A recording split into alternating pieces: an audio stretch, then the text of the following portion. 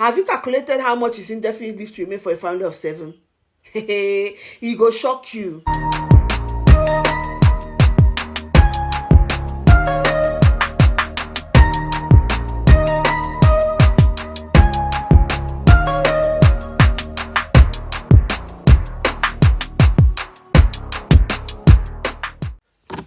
Hello guys, welcome back to my channel. My name is Ivy Brown K and this is Ivy Living. So in this video I'm going to be telling you some tips that we as immigrants in the UK can help ourselves financially so that we can turn out well and we can build generational wealth for our children and their children.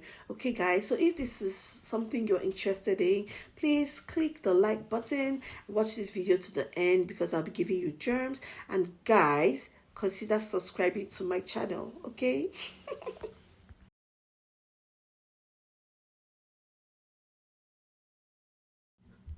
Alright guys, so first of all I have to tell you that in the UK all bank accounts are not created equally. Okay, I can tell you this because I work in a financial institution and I know for a fact that all bank accounts are not created equally. Okay, so when you come into the UK, the first thing usually you could get is like Revolut, or you could get like Monzo, because those are like digital bank and they're easy to get, they're easy for you to open. That's fine.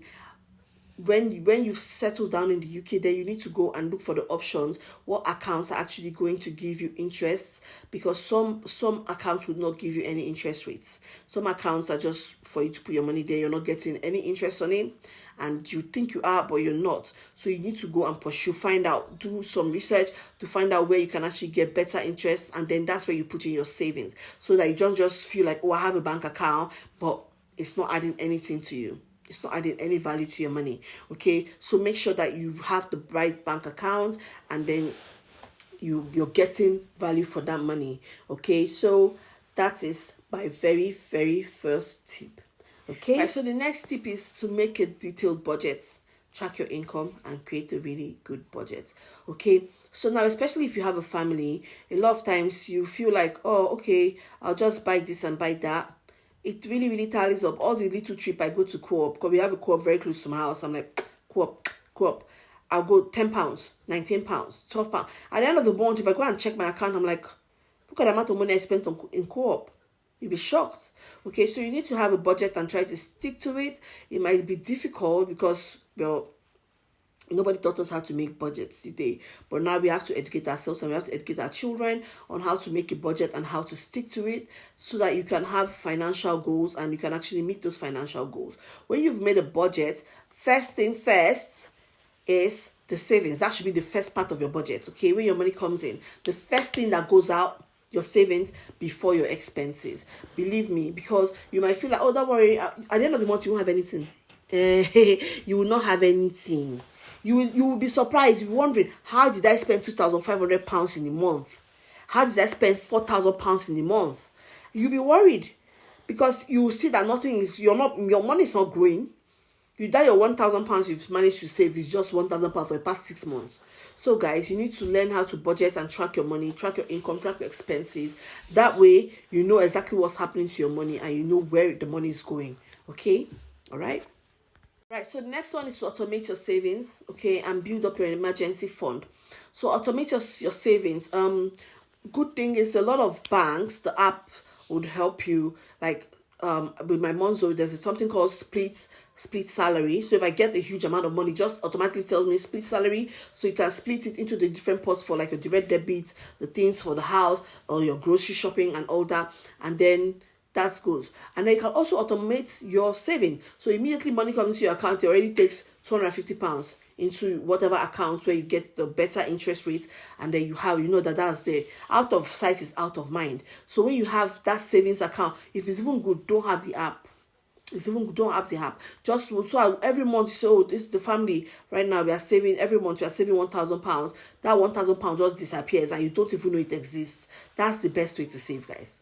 That's the best way to save, because if it's just sitting down in your account, the things will happen. Something will always come up, and that money will go. You'll be wondering because you'll be like, oh, £1,000 is like a lot of money, but when you're spending, it's not like a lot of money. It's only when you need to earn it, that's where you know it's a lot of money. So you need to automate your savings, and then you also need to get yourself an emergency fund. So if you know that your family survives on 1,800 or 2,000 pounds every month, then you need to save 6 months of it, and that's like 12,000 pounds. And that 12,000 pounds, save it somewhere, store it, keep it, let it be getting interest, just in case something happens and you need that 12 months worth of savings. Then, or you don't lose a job, you're not feeling like, oh, once the job is lost, oh, one person is sick, oh, that means we are done for. Because it's like, oh, if you are eating from hand to mouth, that means you must work. If there's a month where you can't work, then problem day on a day street. Do you understand? So you need to save that emergency fund, and it will be really helpful. Just have it as a backup plan. It's really, really good, because there's a particular feeling you get when you know that you have the least 20,000 pounds sitting in an account that you can use if something comes up. It's a really, really good feeling. Okay, so let us try to build up our emergency fund. Right, so the next one is that you need to understand living costs. You don't have, I came to the UK and everybody's like, oh, cost of living is high. I was telling my friend, I said, it's good that we came when the cost of living is high, because that means now that when the cost of living comes down, we'll be grand, right? Because now we are used to the harsh economic conditions of the UK, and it's our normal. It's normal for us. So when eventually it comes down, then that means we have more, isn't it? Or we should have more. Because it's not like when things are now cheaper, you'll now see yourself spending even more, because you feel like, oh, I spend £500 for feeding every month, and then things have come down, you're still spending £500. No, sister, if you're spending £400, save the £100. Okay? So you need to keep up with the news, keep up with financial news, know what's happening with the economy, know what's the base rate is, know what the forecast is for next year, and so that you can also tally your budget to go with that. So if things are coming down, then your budget should also reflect it. Don't just keep £500 as your feeding money and then it's there forever and ever. Even when things have now come down and what you're buying for £500 is now £300, you're now wasting £200. So when things have come down, then you know that, okay, now we have £500, now we have £200 extra that can go into our savings. Okay, I feel like I'm talking too fast. I'm so sorry, guys. So you know that, okay, we can save some more, just so that you're on top of things. Okay, you need to keep on top of things. Right, so to tie into that also, when you're shopping, you have to know the best places to shop for certain things. Okay, and then don't always like, Primark, for instance, is cheap. Also, you buy from Primark, it doesn't last. It's better for you to go on Vinted and buy something that will last for that child, than to go to Primark and buy something that you have to replace in the next 3 weeks to 1 month, if you get what I mean. So you have to know. There are certain things that are very good. Pajamas, for instance, who cares? Buy it on Primark, that's fine. Buy the cheapest one. But when it comes to something like school shoes, please buy something more. Buy like George or something that you know that, okay, at the end of the term, the next child can use it. Or you can even sell it back on Vinted. Okay, so it's better for you to buy quality that you won't have to replace. Just buy one is one, so that when the child uses it, especially for children, when they use it, you know that, okay, it's their leg is even bigger, but it's still looking good, and then you can sell it and make some money out of it. So that's also so you have to shop smart. Very, very important to shop smart. Okay. So you know that the best way to create wealth is to create other sources of income, right? Because you can't save your way into wealth, because you can't work your way into wealth. Because you see, there's just only 24 hours in a day. So imagine how much you feel you want to work for 24 hours a day. How much will you make? Calculate it, and then find out if that's going to be wealth for you. Okay, so you need to think of other sources of income. You need to think of getting other better paying jobs. You need to think of getting skills that will help you get more money, because that's the way you have to get more money. That's how you save. That's how you'll be able to make yourself financially free, okay, by making more money. So look out for ways to make more money. If you, like I said, Vinted, sell stuff. I have lots of things to sell, but I've not had the time. So yeah, you need to make time to do that, so that you can also help your family thrive by making more money. Who doesn't like more money? Me, I love more money. Right, another thing is you need to plan yourself. Okay, plan for costs. Now, you come into the UK, I know that in 5 years' time, you need to get your indefinite leave to remain, and you're a family of 7. Have you calculated how much is indefinite leave to remain for a family of 7? It go shock you. Have you calculated how much your family of 4 needs to save to get their ILR?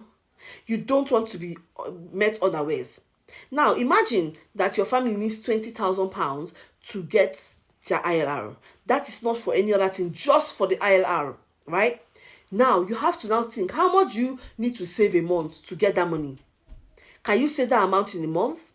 That's, you have to plan ahead. So that it's not when it's time for your ILR, you'll be like looking like, oh, we have reached the time for ILR, but we don't have the money. No, nobody can give you the money.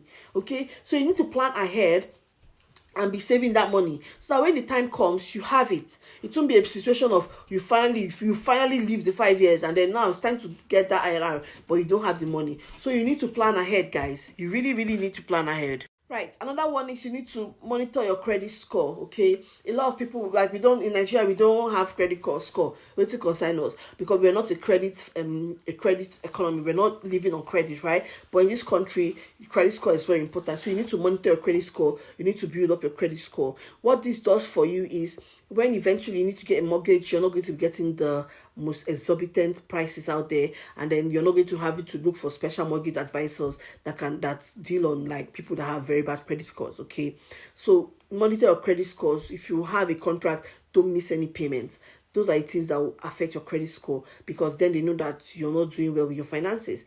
Okay, so monitor your credit score, keep on top of stuff, keep on top of your finances. If you know that you have direct debits, let there be money in that pot for direct debits when the day comes. And that's why I really like making my direct debits to be like at the end of the month, because like when they are paying us, that period is when the direct debits go. So if you know that you're not very good, don't go and keep your direct debit for like 15th of the month or 12th, where you know, so by that time your salary don't finish, and then when they try to get the money out, it's not there. Okay, so as much as possible, try to streamline your direct debits so that they're coming off at the point where you get a salary, just so that it's easy for you to automate things, and then you don't even have to think about it. They just collect the money, and you know that, okay, it's there for them.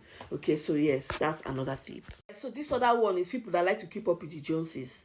Don't come to the UK and try to keep up with the Joneses. Oh. You go to work, and then all your co-workers are driving Mercedes, Audis, Range Rovers, and you feel like, I need to drive Range Rover. Are they better than me? They are not better than me now. It's not the same care all of us are doing. My sister, my brother, those people now that you're keeping up with, they're probably in debt. And that's the worst ones. They're in debt. You will constantly say, oh, they have like £50,000 of debt. Can you live? Can you breathe well if you're owing £50,000? You can't, but they can. Okay, that's one. Or maybe they have family wealth. They've had generations living in this country, and people just stay and they inherit £200,000. You get anybody who won't give you £200,000 as inheritance? No. Then don't compete with anybody. You're not in competition with anybody. Teach your children also to be content, okay? Because you feel like, oh, this person is driving a Range Rover. Let him be that, not the ordinary Range Rover. Yes, so you can actually walk into this and buy a Range Rover. If you have a family and then you're like 6 of you, and then you feel like, oh, you want to drive a Range Rover, think of it. How much? Maybe £600 a month. £600 a month just towards paying for that Range Rover that would it might even be on a plan that's not yours at the end of the day, right? That's £600. If you are saving for a couple of months, you get a small 2K where go take you from point A to point B, and you go drink water drop cup. Okay, so don't think that you have to keep up. Don't think that, oh, you have to be like wearing the designer stuff. Oh, you have to do this, and my colleagues are traveling to Spain on holiday. They don't even have to pay for visa, but if you want to travel, you pay for visa. All right, so you have to wait. There's time for everything. Time will come when you can travel as much as you want. Time will come when you can drive whatever car. In fact, you can even go and buy cash down. Yes, in Jesus' name we can. Okay, you can go and buy it cash. Some people are driving the car for cash. Yes. Okay, so if you don't have any great grandfather, any auntie that is living over in Bristol, even though you're in Scotland, and then the person will just hear that someone died, press your account number, you're inheriting £500, you're inheriting £1,000, you're inheriting 50,000 or 200,000 pounds, then keep your quotes according to that material where you get. Okay, cut that quote according to your material. Don't keep up with any Joneses. Close your eye. Be contented. Live a contented lifestyle, guys. It is very important. Right, so my last point also now is, don't leave money on the table. What do I mean? So I once sent a post. I sent something via Royal Mail to England, and it was like a guaranteed 9 a.m. blah blah blah kind of thing. And so if you don't send it, if you don't get it on time, they're going to give you back your postage money. And my postage money was like £8 something. Well, believe me, they sent it. They got it the next day, right? But they got it after the time when they were supposed to get it. What did I do?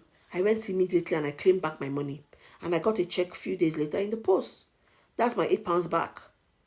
So don't leave money on the table. If you buy something and then you need a refund, ask for a refund, return it and get your refund. Don't leave money on the table. Okay, we are not used to, we are not used to, we are not used to, if something, I didn't like it, let me return it. Yes, return it. If in Nigeria, maybe we're like, you don't buy them, say you don't buy them, who won't give you your money back? But here, they will give you your money back. So if you don't like it, if it doesn't meet your expectations, then feel free to return it and get back your money. There's no use keeping something you're not going to use anyway. Okay, so all this little money, don't leave it on the table. Don't leave it on the table. That at least use and buy ice cream and cool down. We are always cold. We don't need to cool down. Use and buy goat meat. Excuse me, use and buy goat meat and make pepper soup and heat up. So guys, I hope you enjoyed this video. I really enjoyed making it. If you'd like any other topic, please ask me in the comments. Okay, if you have a question, if there's a topic you'd like me to talk about, keep a comment for me and I will answer your comments. Okay, if you know you're new to this, please, I know most of you are even new because I don't even have any subscribers, so please subscribe to my channel, like this video, share it, and click on my notification bell so when I make another video you will be informed. All right, thank you so much for watching this video to the end.